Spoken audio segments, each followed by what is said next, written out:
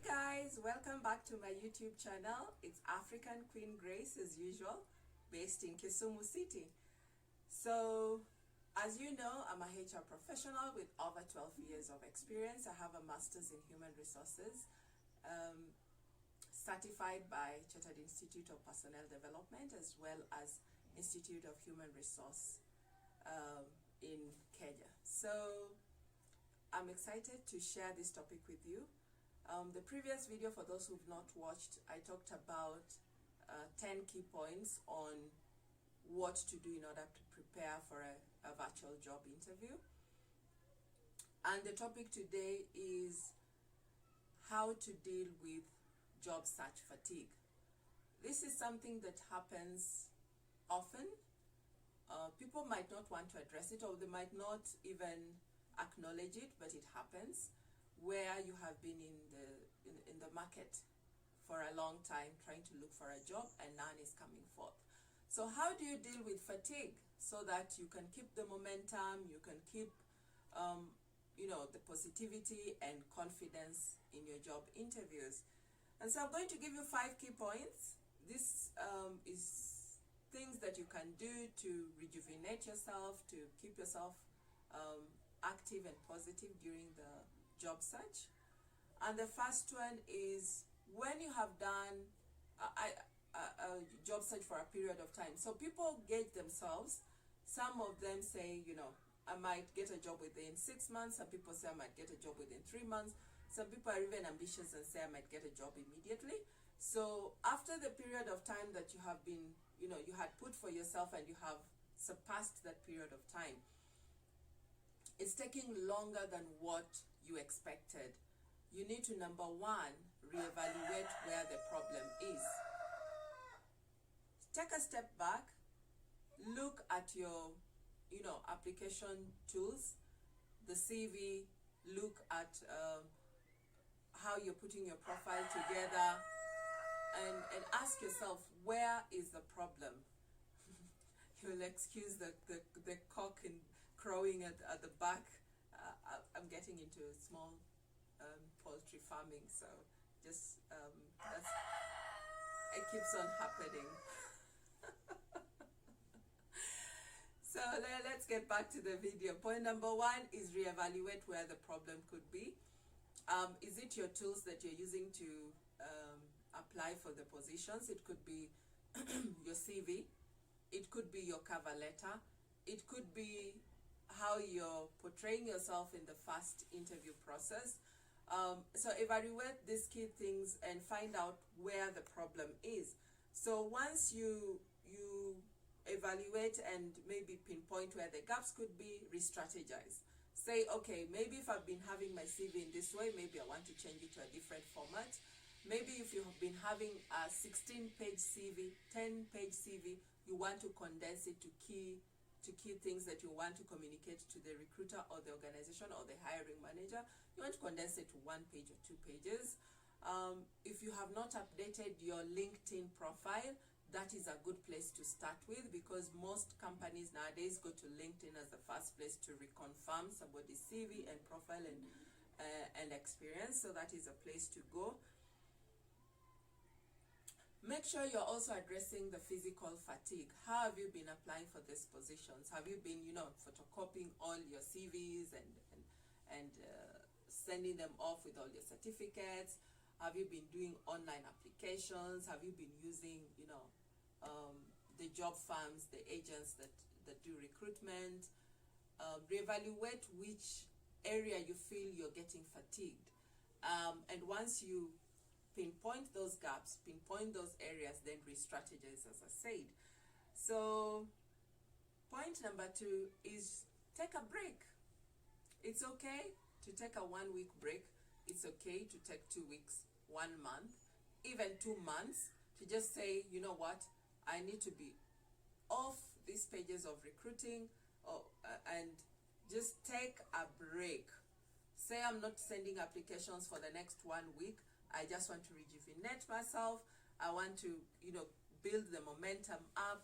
You might take that 1 week break to reevaluate your documents. Like I said, if you want to rewrite your CV, if you want to update your LinkedIn profile, if you want to maybe get a second opinion on how your documents look like, it's a good time. So take a break. Just say, you know what, these roles, most of the time they take more than 1 week. So if the closing date is not yet, you can still catch up with it. Take a week, take a break off the applications. Then number 3 is re-strategize on how you want to do the networks. If you've just been mainly just sending applications through email, you might want to now start reaching out to people on individual basis. If that is not working, you might want to also consider going to affairs. Most of the time you find there's trainings going on. You'll find there's the summits of different types of jobs and careers. Sign up for those summits, go for them. There's lots of virtual conferences that are now going on. You can apply for those. That is a good way of networking with people and being updated with what is going on in your industry. Because you also don't want to be rusted because you've been out of the job market for a while. You have to keep yourself updated. So set up informational interviews. Sometimes it's just good to reach out to someone you might know even in that organization, or you might be acquainted with, or someone might even refer you over to that person. And reach out and say, you want to know more about this job, you want to learn more about the organization, and this is a good way to gauge whether your interest is there in the first place. So do a lot of informational interviews and setups. You might also want to consider getting a career coach. These are people who really help you, take you through, prepare you through the interview process. Also just send out your CV to key contacts that they have in the industry, who they know they're recruiting. So that's a good way to network. So that's point number 3. Point number 4 is get a brief job. Now when we say get a brief job, it might not be necessarily getting an office job. Like I said in my other interviews, get a side hustle. Get something else that you're passionate about. Pursue those interests that you might have. I talked about people going into art. You might talked about people, passionate about maybe their talking skills. Maybe they're into singing. Maybe, they have a hobby that they're excited about that they've never really focused on. That's a good time to, re-strategize and say, you know what, I have this skill that I've never really focused on. Maybe this is the opportunity to do it. And that way you are rejuvenating yourself because your interest is in something you're excited about. As much as you've put a hold on your job search, but this is also something you're using your skills on. So your skills are not just dead. You're still, active in those skill set. I'll talk in another video. I think I'll make something on transferable skills. This is something that people don't want to address or don't know how to address. How do you get equipped with transferable skills so that if you're not necessarily in your career, how do you use those skills that you gained in order to still excel in whatever else you're doing? So as I said, number 4 is get a brief job. For those who've not been in a work setup, you might want to do internship. You might want to volunteer, even if it is 2 days in a job.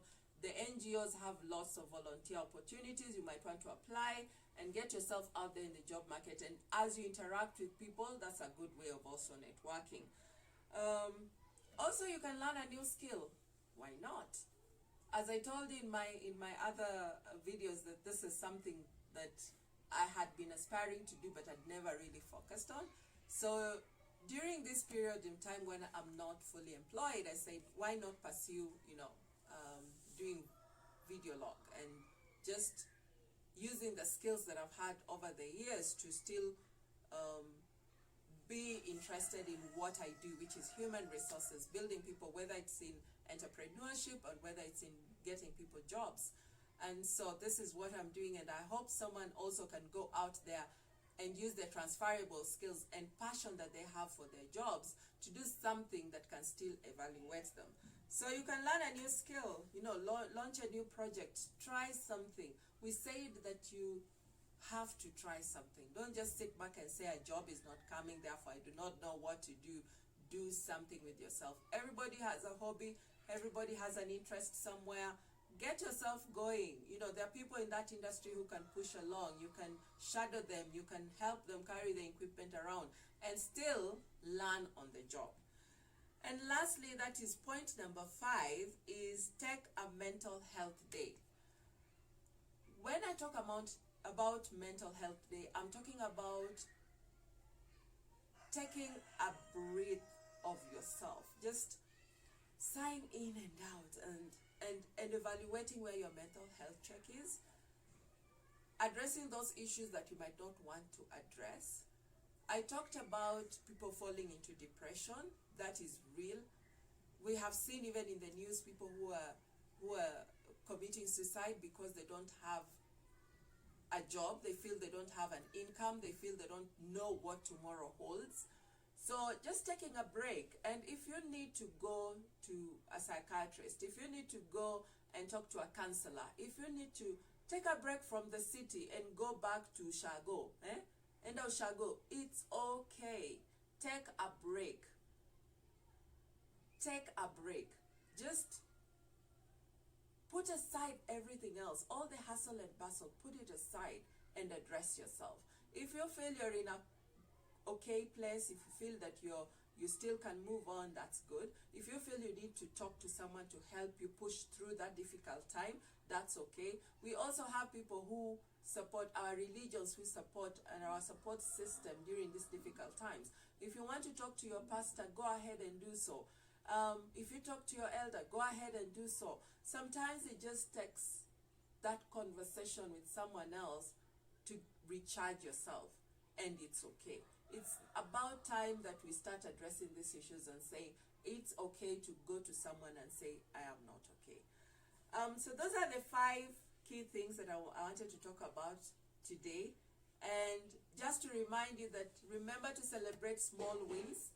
For those people who are our community, our support systems, those who don't have jobs, you're seeing them struggling, hold their hands, celebrate the small wins with them. You know, go to their functions, invite them to your functions, make sure that you are seeing them in vicinity with what they're doing, involving them, you know, in different things. If there's a networking forum, if you see even a job that you feel there's a good fit for them, send it to them, follow up with them. Don't just ignore them. Because when you support someone today, they might be in a good position to support you tomorrow. You never know what tomorrow holds. So that is my share with you today. I hope it helps you, you know, rejuvenate yourself, get back into applications, rejuvenate yourself to get your side hustle, and, you know, share it with your friends. Remember to subscribe. My YouTube name is African Queen Grace. My LinkedIn professional name is Grace Odongo. So if you want to go and follow me on LinkedIn, it's okay as well. But we are here to support one another, to empower one another. Remember, Kisumu is the place to be. I love this city, and I empower it. And I know we are going to build Kisumu for a better tomorrow. Thank you, and see you in the next video.